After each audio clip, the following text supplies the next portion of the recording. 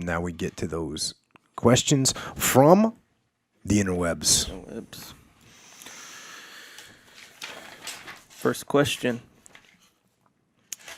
Jocko, is a minimal amount of competent defensive ability, self-defense, essentially, the most overlooked essential stabilizer of young male psyche?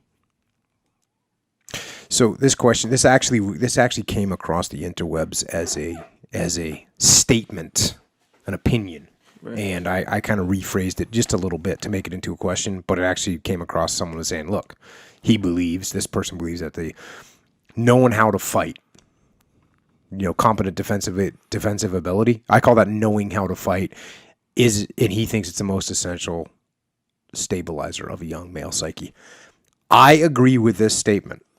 I think that, I completely agree with it. I think that learning how to fight and knowing how to fight gives you real confidence and security, not just in the form of being secure, but in opposition to insecurity, right? Because when you know how to fight, all of a sudden you don't have anything to prove anymore. Yeah. And this changes so much. I wish I would have learned how to fight at a much younger. We fought all the time when I was a kid. Mm-hmm. We didn't know how to fight. So what do we have to do? Prove that we knew how to fight. Mm-hmm. If we actually knew how to fight, we wouldn't have had to prove that all the time. So I absolutely agree with this. And that's why I'm constantly trying to get people to get into jiu-jitsu. Get your kids into jiu-jitsu. Get your 13-year-old boy, your 10-year-old boy, get him into jiu-jitsu. Your girl too. Because your girl's going to use it for defense. Mm-hmm. Girls don't have the constant tension of fighting that guys have. Mm-hmm. It is part of who we are. When I shake someone's hand, I don't care what kind of mood I'm in, I am thinking about taking them down. I am thinking about what I'm going to do to them in a fight. It doesn't matter if I'm meeting Santa Claus. Mm-hmm. I'm thinking about doing a double leg. I'm thinking about what his weight is. Does he have cauliflower here? That's what I'm doing. Mm-hmm. And guys do that. And it's real. And especially in the environment I grew up in, the SEAL teams, everybody's got that constant test between the evaluation. It's the evaluation. Yep. So if you don't know how to fight, there's only one way to figure out where you are, and that is to fight. And so you end up doing stupid things to prove your manhood. And I hate to use that word, but you end up doing stupid things to prove your manhood. So my recommendation is, I totally agree with this statement. I think it is a huge stabilizer of your personality and your psyche as a man. So get those kids to learn jiu-jitsu. They're going to understand. The other thing is you understand violence. You respect it because you got choked out. It's happened. That is a horrible feeling. Yep. It's a horrible feeling when another human being can control you 100%. You know what? Physically, it doesn't matter how smart you are anymore. I'm sorry, it doesn't matter. It doesn't matter. It doesn't matter how smart you are anymore. When you are getting completely physically dominated by someone, it doesn't matter that you're smarter than them. At that time, there's nothing you can do about it. What are you going to challenge them to a spelling bee? It's not going to help you. You're under their control, and that's a horrible, horrible feeling. Yeah. And so I think it's, and I felt that, when I was a kid, I got bullied just like everybody. Everybody gets bullied at a certain point. You show up to high school, you're 13 years old. I was a young, however that works when you are born. I was born in September. So I was a young, scrawny kid, and I didn't get bullied to some crazy extent, but you get picked on. You get picked on, you get into little scuffles, and you get thrown around by a kid that reached puberty when he was 9, and he's now, 6 feet 220, and I'm showing up at school 13 years old, weighing $145. You're gonna get physically controlled, and it's not fun. And so I didn't know how to fight. I was trying to figure it out. And there was no one knew how to fight back then, unless you were a boxer, maybe a wrestler. But yeah, so definitely this is a huge piece. Helps you with, I think kids that know how to fight are going to get in a lot less street fights. They're going to do a lot less stupid things to prove themselves because guess what? They already have the essential, primal, animalistic characteristic of physical domination, and that goes a long way. Yeah, and we talked about this before. Back to the girls thing, getting your girls into it. You know how when you get into any kind of physical situation, even if you're in a crowd and someone starts shoving someone else, not even you, and boom, you feel the force of somebody, or someone's just all like on you, or even if someone like, I don't know, tackles you or something like that. It's like this kind of imposed physical situation. And when you're into jiu-jitsu, that's every day. So you get used to that real quick. And in fact, you get real comfortable with it. But as a girl, you're not trying to like win fights now. You know, I know jiu-jitsu, I'm going to try to win fights and beat up guys. That's not really what it's for girls. It's more for knowing how to function, knowing where to be, where not to be. Because man, if you don't know, you just simply don't know. And also being totally right. And then also being inoculated to the physical contact when it happens. So it won't and I'll tell you say you can't win. I mean, not looking to win fights. Go watch YouTube. Yeah. There's all kinds of videos of girls just working over guys. And I mean in street fights. Yeah. There's one in particular where this girl's just triangle arm lock, just choke, just crushing this kid. Yeah. Well, the truth is, if you learn jiu-jitsu, if someone knows jiu-jitsu, someone doesn't, the chance of the person knowing jiu-jitsu winning the fight is very, very, very high. Yes. Even if you're a girl, it still applies to you. Yep. Of course, the girl's at a physical disadvantage because she's smaller, weaker, whatever. But like I said, jiu-jitsu is just this huge jump in, ability as far as fights go. And you know something else? From a pure self-defense perspective, a lot of times, let's say a girl's not able to physically, let's say she's 100 pounds and a guy attacks her that's 200 pounds. She might not be able to put him to sleep. She might not be able to finish him, but she may be able to survive, fend the guy off for a minute and 30 seconds instead of 2 seconds, instead of 4 seconds, instead of 8 seconds. So that's what it takes for someone to hear, for someone to see. So every second counts. And if you know jiu-jitsu, I guarantee you, it's really hard to subdue somebody that knows some jiu-jitsu if you don't know anything. You are going to have a hard time getting control of them. They're going to be, and even if you're stronger than them, you'll be able to get a hold of them maybe eventually if they're a lot smaller and a lot weaker than you, but it's going to be a fight. And a lot of you read a lot of stories when in self-defense situations, if the girl puts up a decent fight, the guy's not going to have any of it. He's going to realize that he's not looking for that. He's not looking for a fight. He's looking for something else. Yep. And so the fight begins. He backs off. So yeah, absolutely. It applies for girls as well. And there's just a certain level of confidence, and I've seen that, my son's had a couple little scuffles, a couple that I've witnessed too, where, he just was like not trying to have a problem until someone just grabs him and is obviously going to try and do something to him, and then that person's getting launched, like, hey, perfect judo, because you're going to get, how hard is it to judo throw somebody that doesn't know any judo or jiu-jitsu? It's so easy. So you see a kid fly through the air, hit the ground. You see my son, just like, there's no guard passing because the person doesn't even know what the guard is. So it's just straight to mount. Yeah. And then once you're in mount, the person has no idea what's happening, and they're completely controlled and they're getting put to sleep. That's it. It's as easy as that. Yeah, and it's so funny how this is kind of the part that I forget actually every once in a while, how you brought up when you shake someone's hand, you're always thinking about it or whatever. So that's the thing too. That's why it's almost like if you don't know jiu-jitsu, like, or for real fighting, there's not many out there, man. There's not many, but we'll just say if you don't know jiu-jitsu, you might fall into this trap by thinking, well, I might, you never know. He's not on all the time, or he might not be ready for this, or, I'll surprise him with this punch or something like this.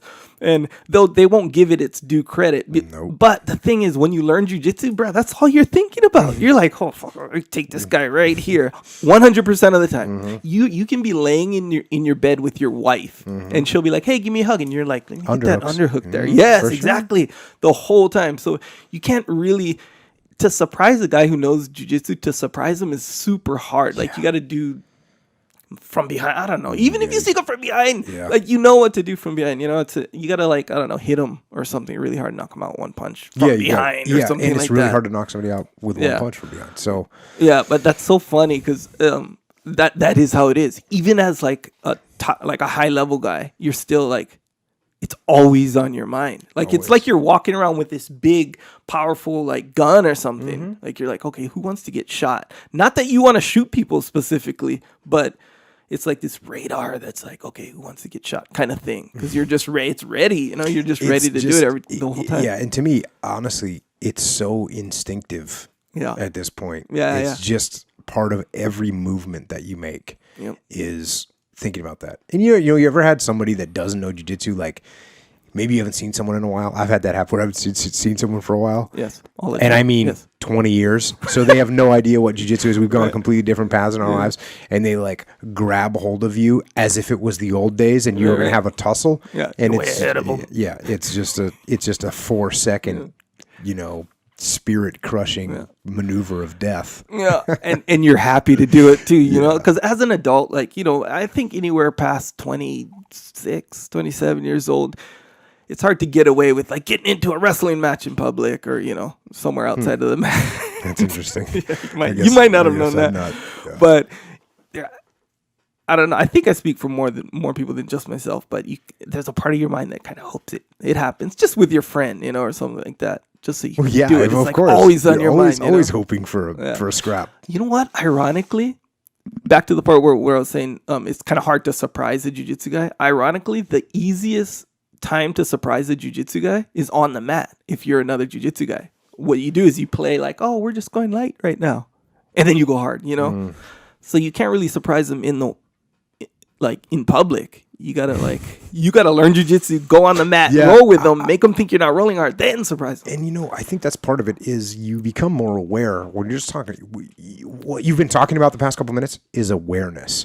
Yeah. And when you have jiu-jitsu in your brain, then, and it's true with boxing too and Muay Thai, when you have that stuff in your brain, then you can't help but be aware of what's happening around you because it's in there. Yeah. It's like knowing that the color of the table is brown. Like you know what that person's body position is. You're looking and seeing that their stance is off balance. You're seeing an underhook exposed. So you can't take it away. So your awareness increases. You also are aware of what problems can occur really quickly. So if you start, if you're a girl and you say, oh, wait a second, now I'm back into a corner where I can't get out. I don't like this feeling. Yeah. It increases your awareness as a human. It makes you more aware of your surroundings. So there's so many benefits. Yeah. It's kind of ridiculous. Yeah. And you kind of have almost like one level up from that awareness that you're talking about, because like how you're saying, it's part of that, even if you don't know how to fight, it's still kind of on your mind. Like all guys have that kind of sort of evaluation, especially if the guy's close to you, who you are, whether it be age, size, whatever the scenario, even like if you're a scholar and no one else is a scholar, then another scholar walks in, ooh, this evaluation, so that's how it is naturally. See how smart this guy is. Yeah. So as a guy, just naturally, you're going to have even more. It's like, what the color of brown is or whatever, but just instinctually, you're always looking for brown. That's kind of what it's like. So now when you're doing these evaluations that are going to happen anyway, your jiu-jitsu mind is right there at the front, ready the whole time. Yeah, indeed. Interesting. Train jiu-jitsu people. But that's not to be confused with like you're aggressive and want to fight. That's the weird thing. It's like you don't want to actually fight with people because you don't feel the need to like, oh, I gotta, I don't know. Yeah, you don't have anything to prove anything. That's where this whole conversation started off. And also, now you not feel like you need to prove anything, but I literally am like, oh, do I really want to get in a fight with this guy? I'm going to get my knuckles, I'm probably going to rip my t-shirt. This guy's going to grab. Yeah. Is this really? No. I fight every single day. Yeah. I don't care about this guy. This is a 2-second thing where I got to scuff up my knee on the pavement, and he's probably going to rip my shirt, and that's going to be a pain. And then I got to deal with the cops if they show up. It's just a big pain. Yeah. Whereas if you don't fight and you have that opportunity, maybe you got that thing inside you, no. Right. The payoff of the fight, right? If you don't know or if you're just insecure or whatever, the payoff of the fight and hopefully winning is bigger than all the detriments that you got to face. I used to tell my platoon guys when we were overseas before the war started, and so guys are overseas, what are you doing? You're drinking, you're out in bars, you're causing problems or whatever. And I, before you go out, I'd be like, hey guys, if you feel like fighting tonight, come find me. Because if you want to fight, come find me, and it'll all be good. Right. We'll fight, and it's all good. You won't get in trouble. You won't get arrested. You won't get hurt. It's all good. Oh, you'll get in trouble. You get in trouble for sure. You're not going to get in trouble with the law, though. You know what I mean? You're not going to get in that kind of trouble. You're going to get a little trouble in your situation, and in your positioning is going to be troublesome. So, yeah, it's better to fight amongst yourself than to fight against the outsiders who are going to sue you pull a knife out and stab you in the throat, whatever, right? Yeah. Don't do that. Stay out of the street fights. Not worth it. Yep.